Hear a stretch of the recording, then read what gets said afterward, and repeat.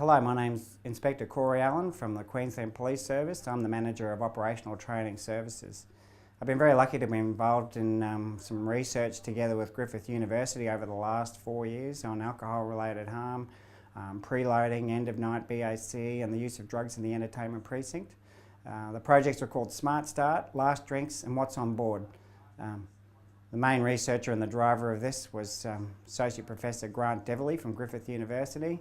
Fantastic researcher to work with, and very used to dealing with police, which I think helps.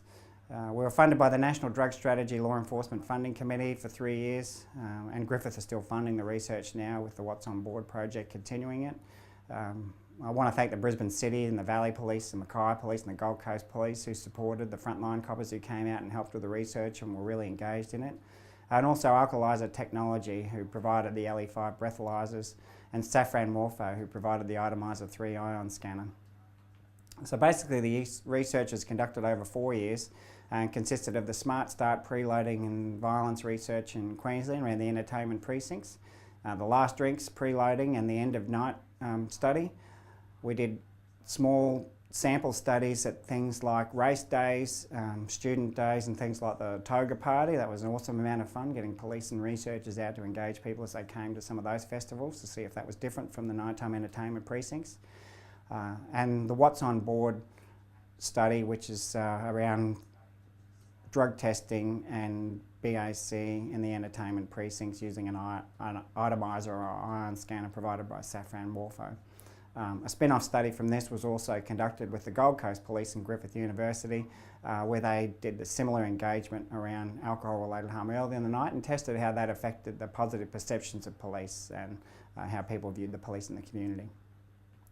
The Smart Start research started because people were asking questions about preloading, saying that was the thing that was impacting safety and behaviour in the precinct more than anything else. And whilst there were a lot of assumptions and assertions about it, there wasn't a lot of evidence to say, well, this is the level of preloading and this is what it looks like, particularly in Queensland. While there had been some other studies around Australia that did some breath testing across the course of the night, there'd never been a study in Queensland in particular that had just focused on preloading. So basically our methodology was that police together with researchers, and I got frontline police from the Valley and the City, some great young coppers that were really interested in this type of work and probably more qualified and used to academic areas than old school police, out with researchers to talk to people as they came into the precincts, to have ask them to participate in surveys using Quick Tap Survey on the iPad and to participate in a free breath test, which was very appealing. We did thousands of breath tests for people who weren't eligible for the research because they'd been drinking in the precinct already, but we did many breath tests and surveys with people as they came into the precinct who had been drinking elsewhere. So people were asked questions about their involvement in harm, their involvement in violence, their reasons for preloading, and some other many different types of surveys that were brought together. There was over 3,500 odd in that first survey. And then they were asked to guess their breath alcohol concentration and then provided with an accurate breath test. People found this really engaging, they were very interested. Even the police found it very engaging and said that they had much more positive contact with the community earlier in the night than they normally would have, and found it was a great way of introducing police at the coalface to evidence-based policing and research. They really enjoyed being involved and had to ask themselves questions about why we were doing this with Griffith University, and they could see that we were really trying to put some evidence into the harm that they would be dealing with later in the night. The next phase of the research was the Last Drinks project, where we spoke to people at the end of the night and at the start of the night.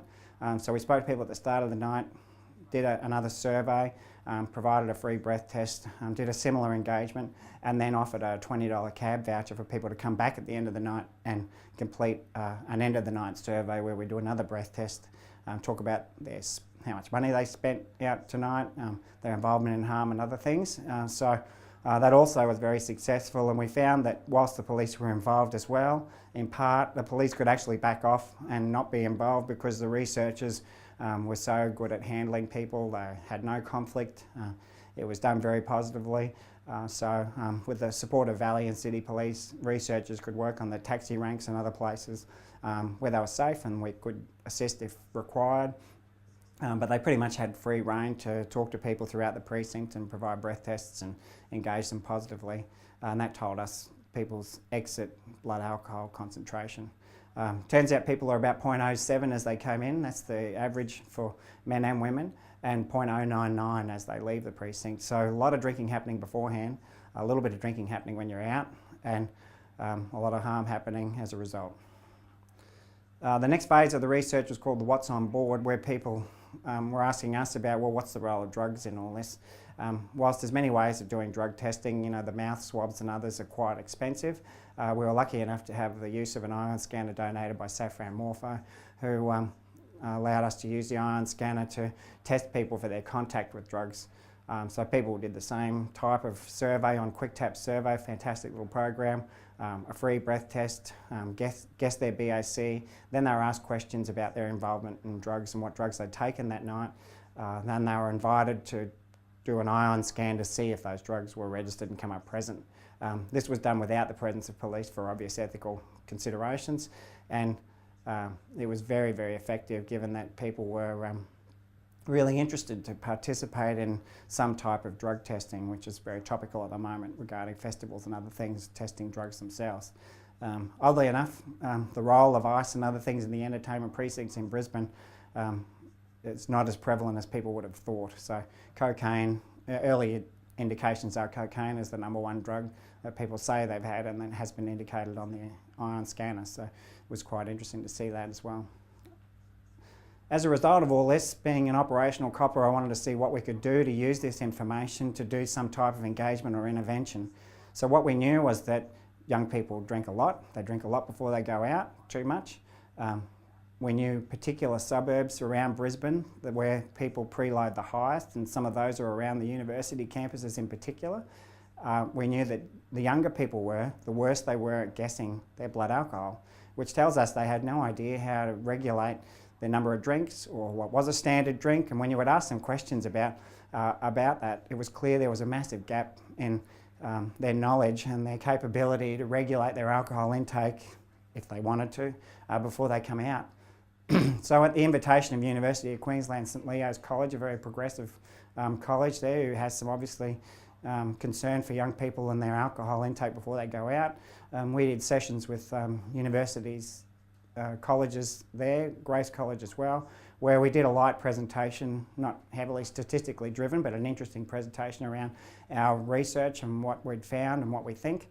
And we allowed students to drink in controlled environments where they would then participate in free breath tests and pretty robust discussions about how you could intervene in alcohol-related harm and what you could do to make sure you had a safer night, and how alcohol affects your body might be different from other people. It was very positive.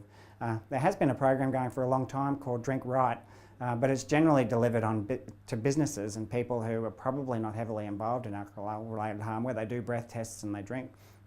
So taking the good parts of that and parts of our research, this type of engagement with university students, colleges, and we hope sporting clubs might be an effective intervention in helping those people realise that if you drink a little bit less before you go out, you're less likely to be involved in harm later on.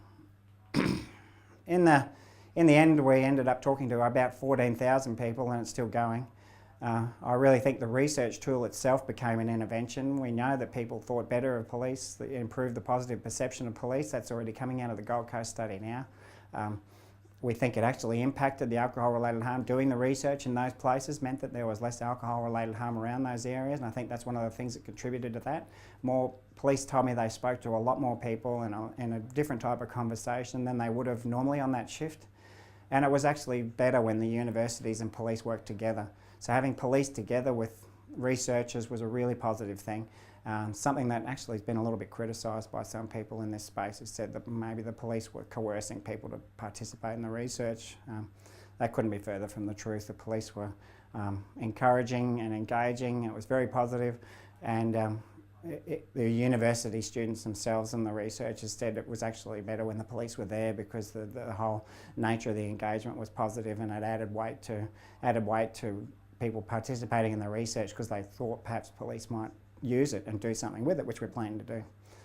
Future directions for us is that we are planning, and we have made some funding submissions to develop an engagement tool or an activity that other police can roll out into their local area. So they might be able to do some preloading engagement at a local sporting club or a local university college, using the lessons that we've learned and the positive activity of providing a free breath test.